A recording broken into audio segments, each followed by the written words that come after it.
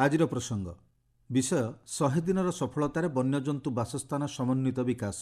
ଆଲେଖ୍ୟ ଆଞ୍ଚଳିକ ସମ୍ବାଦ ବିଭାଗ ଉପସ୍ଥାପନାରେ ମୁଁ ସତ୍ୟବ୍ରତ ବେହୁରା। ଦେଶରେ ବନ୍ୟଜନ୍ତୁ ବାସସ୍ଥାନ ସମନ୍ୱିତ ବିକାଶ କେନ୍ଦ୍ରୀୟ ପ୍ରାୟୋଜିତ ଯୋଜନା ଜାରି ରଖିବାକୁ ନିଷ୍ପତ୍ତି ନିଆଯାଇଛି। ପଞ୍ଚଦଶ ଅର୍ଥ ଆୟୋଗ ଅବଧି ପାଇଁ ଏ ସଂକ୍ରାନ୍ତ ମୋଟ ବ୍ୟୟ ଅଟକଳକୁ କ୍ୟାବିନେଟ୍ ବୈଠକରେ ଅନୁମୋଦନ ମିଳିଛି। ମୋଟ ବ୍ୟୟ ଅଟକଳର ପରିମାଣ 2,602 କୋଟି 98 ଲକ୍ଷ ଟଙ୍କା ଧାର୍ଯ୍ୟ ହୋଇଛି।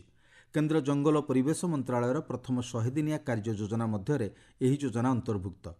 ଯୋଜନାରେ ହାତୀ ପ୍ରକଳ୍ପ ଏବଂ ବନ୍ୟଜନ୍ତୁ ବାସସ୍ଥାନର ବିକାଶ ସହିତ ଗୁରୁତ୍ୱପୂର୍ଣ୍ଣ ବ୍ୟାଘ୍ର ପ୍ରକଳ୍ପର ବିଭିନ୍ନ ପର୍ଯ୍ୟାୟ ଅନ୍ତର୍ଭୁକ୍ତ। ବର୍ତ୍ତମାନର ମୌଳିକ ଏବଂ ପ୍ରମୁଖ ଉପାଦାନଗୁଡ଼ିକୁ ମଜବୁତ କରିବା ସହ ବାଘ ଏବଂ ବନ୍ୟଜନ୍ତୁ ବସବାସ କରୁଥିବା ଜଙ୍ଗଲରେ ଚଳିତ ଏବଂ ପରବର୍ତ୍ତୀ ଆର୍ଥିକ ବର୍ଷ ପାଇଁ ବିଭିନ୍ନ କ୍ଷେତ୍ରରେ ପ୍ରଯୁକ୍ତିଗତ ହସ୍ତକ୍ଷେପ ବୃଦ୍ଧି କରିବାକୁ ଏହି ଯୋଜନା ମାଧ୍ୟମରେ ପରିକଳ୍ପନା କରାଯାଇଛି। ବ୍ୟାଘ୍ର ପ୍ରକଳ୍ପର ପ୍ରଥମ ଦିନରୁ ହିଁ ଦୈନନ୍ଦିନ ପରିଚାଳନା ଅଭ୍ୟାସ ଯେପରିକି ବାଘଙ୍କ ଚଳପ୍ରଚଳ ଉପରେ ନଜର ରଖିବା ଏବଂ ଅନ୍ୟାନ୍ୟ ପାରିପାର୍ଶ୍ୱିକ ସ୍ଥିତିକୁ ଅନୁଧ୍ୟାନ କରିବା ଲାଗି ମୋବାଇଲ ଆପ୍ଲିକେସନ ଭଳି ବୈଷୟିକ ଜ୍ଞାନକୌଶଳର ପ୍ରୟୋଗ ଏହି ଯୋଜନା ମାଧ୍ୟମରେ କରାଯିବାକୁ ଲକ୍ଷ୍ୟ ରଖାଯାଇଛି। ଭାରତର ପ୍ରଯୁକ୍ତିବିଦ୍ୟା ପଦକ୍ଷେପର ଏହି ମୋବାଇଲ ଆପ୍ଲିକେସନ ଏକ ଅଂଶ ବିଶେଷ ଭାବେ କାର୍ଯ୍ୟ କରୁଛି। ଗତ 2022ରେ ଦେଶରେ ବ୍ୟାଘ୍ର ଆକଳନ ପଞ୍ଚମ ସଂସ୍କରଣର କ୍ଷେତ୍ରୀୟ ସ୍ତରରେ ତଥ୍ୟ ସଂଗ୍ରହ ପାଇଁ ଏହାର ବହୁଳ ବ୍ୟବହାର ହୋଇଥିଲା। ଅଖିଳ ଭାରତୀୟ ବାଘ ଆକଳନକୁ ବୈଷୟିକ ସ୍ତରରେ ସୁଦୃଢ଼ କରିବା ଲକ୍ଷ୍ୟରେ ଏହି ପଦକ୍ଷେପ ଗ୍ରହଣ କରାଯାଇଛି। ବାଘ ପ୍ରଜାତିର ସ୍ତର ଚିହ୍ନଟ ପାଇଁ କୃତ୍ରିମ ବୁଦ୍ଧିପଦାର ଉପଯୋଗ କରାଯାଇଛି। ବାଘ ସଂରକ୍ଷଣ କ୍ଷେତ୍ରରେ ବହୁଳ ଭାବରେ ଏହାର ବ୍ୟବହାର କରାଯାଉଥିବା ଜଣାଯାଇଛି। ସେହିଭଳି ବାଘଙ୍କର ଆନୁବଂଶିକ ସଂରଚନା ଆଧାରରେ ସେମାନଙ୍କର ସ୍ଥାନାନ୍ତରଣ ପାଇଁ ମାର୍ଗଦର୍ଶିକା ଜାରି ହୋଇଥିଲା। ସ୍ୱଳ୍ପ ଘନତ୍ୱ ଅଞ୍ଚଳରେ ବାଘଙ୍କର ସଂଖ୍ୟା ନିର୍ଣ୍ଣୟ କରିବା ସହିତ ଏହି ପ୍ରଜାତିର ଖାଦ୍ୟ ପରିବେଶ ସ୍ଥିତି ନିର୍ଦ୍ଧାରଣ କରିବା ପାଇଁ ମଧ୍ୟ ଏହାର ବ୍ୟବହାର କରାଯାଉଛି।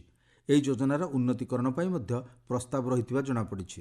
ବ୍ୟାଘ୍ର ପ୍ରକଳ୍ପ ମାଧ୍ୟମରେ ପ୍ରୋଜେକ୍ଟ ଚିତାକୁ ସମର୍ଥନ କରାଯାଇଛି।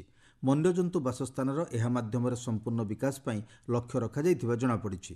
ଏହି ଯୋଜନା ଅନ୍ତର୍ଗତ ଚିତା ଆକ୍ସନ ପ୍ଲାନ୍ ଅନୁଯାୟୀ ଚିତା ରହୁଥିବା କ୍ଷେତ୍ରଗୁଡ଼ିକ ପରିସୀମା ବୃଦ୍ଧି କରିବାକୁ ଲକ୍ଷ୍ୟ ରଖାଯାଇଛି। ଉନ୍ନତ ରେଡିଓ ଟେଲିମେଟ୍ରିକ୍ ମାର୍ଗଦର୍ଶିକାକୁ ବ୍ୟବହାର କରି ଅନୁଧ୍ୟାନ ପ୍ରକ୍ରିୟାକୁ ମଜବୁତ କରିବାକୁ ନିଷ୍ପତ୍ତି ନିଆଯାଇଛି। ବନ୍ୟଜନ୍ତୁ ବାସସ୍ଥାନ ସମନ୍ୱିତ ବିକାଶ ଅଧୀନରେ ଥିବା ଡଲଫିନ୍ ପ୍ରକଳ୍ପକୁ ହାତକୁ ନିଆଯାଇଛି। ଡଲଫିନ୍ ଗଣନା ସହ ସେମାନଙ୍କ ବାସସ୍ଥାନର ତଦାରଖ ପାଇଁ ଉନ୍ନତ ଉପକରଣ ଯୋଗାଣ ଉପରେ ଗୁରୁତ୍ୱ ଦିଆଯାଉଛି। ଏହି ବିକାଶ ଅଧୀନରେ ସିଂହ ପ୍ରକଳ୍ପ ଲାୟନ ଆଟ୍ 2047 ଏ ଭିଜନ ଫର ଅମୃତକାଳ ଶୀର୍ଷକ କାର୍ଯ୍ୟକଳାପର ପଦକ୍ଷେପ ନିଆଯାଇଛି। ମାନବ ହାତୀ ବିବାଦ ସୂଚନା ଏବଂ ଯୋଗାଯୋଗ ପ୍ରଯୁକ୍ତି ବିଦ୍ୟାର ଉପଯୋଗ ମାଧ୍ୟମରେ ପ୍ରୋଜେକ୍ଟ ଏଲିଫ୍ୟାଣ୍ଟ ବା ହାତୀ ପ୍ରକଳ୍ପ ଆରମ୍ଭ କରାଯାଇଛି। ପରୀକ୍ଷାମୂଳକ ଭାବରେ ଏଗୁଡ଼ିକର ସମୀକ୍ଷା କରାଯାଇଥିବା ବେଳେ ଏହାକୁ ବ୍ୟବହାର କରିବା ପାଇଁ ଲକ୍ଷ୍ୟ ରଖାଯାଇଛି। ବନ୍ୟଜନ୍ତୁ ବାସସ୍ଥାନ ସମନ୍ୱିତ ବିକାଶ ଯୋଜନାରେ 55ଟି ବ୍ୟାଘ୍ର ଅଭୟାରଣ୍ୟ, 33ଟି ହାତୀ ଅଭୟାରଣ୍ୟ ଏବଂ 718ଟି ସଂରକ୍ଷିତ ଅଞ୍ଚଳ ତଥା ଆନୁଷଙ୍ଗିକ ପ୍ରଭାବିତ କ୍ଷେତ୍ରଗୁଡ଼ିକୁ ଅନ୍ତର୍ଭୁକ୍ତ କରାଯାଇଛି। ଏହିସବୁ ଅଞ୍ଚଳରେ ଜଳ ନିରାପତ୍ତାକୁ ସୁନିଶ୍ଚିତ କରିବା ସହ ଜଳବାୟୁ ପରିବର୍ତ୍ତନର ପ୍ରତିକୂଳ ପରିସ୍ଥିତିର ମୁକାବିଲା କରିବାକୁ ପଦକ୍ଷେପ ନିଆଯାଇଛି। ଯୋଜନା ମାଧ୍ୟମରେ ବାଘ, ହାତୀ, ଚିତା, ତୁଷାର ଚିତାବାଘ ଏବଂ ସିଂହ ଆଦି ବନ୍ୟଜନ୍ତୁର ସଂରକ୍ଷଣ ସହ ପରିବେଶ ସନ୍ତୁଳନକୁ ରକ୍ଷା କରାଯାଇପାରିବ। ଏହି ଯୋଜନା ଅଧୀନରେ ଜୀବିକା ନିର୍ବାହ ସହିତ ପରିବେଶ ପର୍ଯ୍ୟଟନ ଏବଂ ଆନୁଷଙ୍ଗିକ କ୍ଷେତ୍ରରେ ପରୋକ୍ଷ ରୋଜଗାରର ମାଧ୍ୟମ ସୃଷ୍ଟି ହେବ। ଏହି କେନ୍ଦ୍ରୀୟ ଯୋଜନା ବନ୍ୟଜନ୍ତୁ ସଂରକ୍ଷଣ ଦିଗରେ ସରକାରଙ୍କ ପ୍ରତିବଦ୍ଧତାକୁ ଦୋହରାଉଛି। ଏହାଦ୍ୱାରା ଅର୍ଥନୀତି ଏବଂ ପରିବେଶର ଏକତ୍ର ବିକାଶ ସମ୍ଭବ ହୋଇପାରିବ। ଏହି ଯୋଜନା ଅଧୀନରେ ମଞ୍ଜୁର ହୋଇଥିବା ମୋଟ ବ୍ୟୟ ଅଟକଳର କେନ୍ଦ୍ରୀୟ ଅଂଶଧନ ଏବଂ ରାଜ୍ୟ ଅଂଶଧନକୁ ଚିହ୍ନଟ କରାଯାଇଛି। ଏଥିରେ ମୁଖ୍ୟତଃ 3ଟି ପ୍ରସଙ୍ଗକୁ ପ୍ରାଧାନ୍ୟ ଦିଆଯାଇଛି। ସେଗୁଡ଼ିକ ହେଉଛି ବ୍ୟାଘ୍ର ପ୍ରକଳ୍ପ, ହାତୀ ପ୍ରକଳ୍ପ ଏବଂ ବନ୍ୟପ୍ରାଣୀ ଆବାସ ବିକାଶ। ଅନୁମୋଦିତ 2,602 କୋଟି 98 ଲକ୍ଷ ଟଙ୍କା ମଧ୍ୟରୁ 1,282 କୋଟି 2 ଲକ୍ଷ ଟଙ୍କା କେନ୍ଦ୍ରୀୟ ଅଂଶ ଏବଂ 3,885 କୋଟି ରାଜ୍ୟ ଅଂଶ ରହିଛି।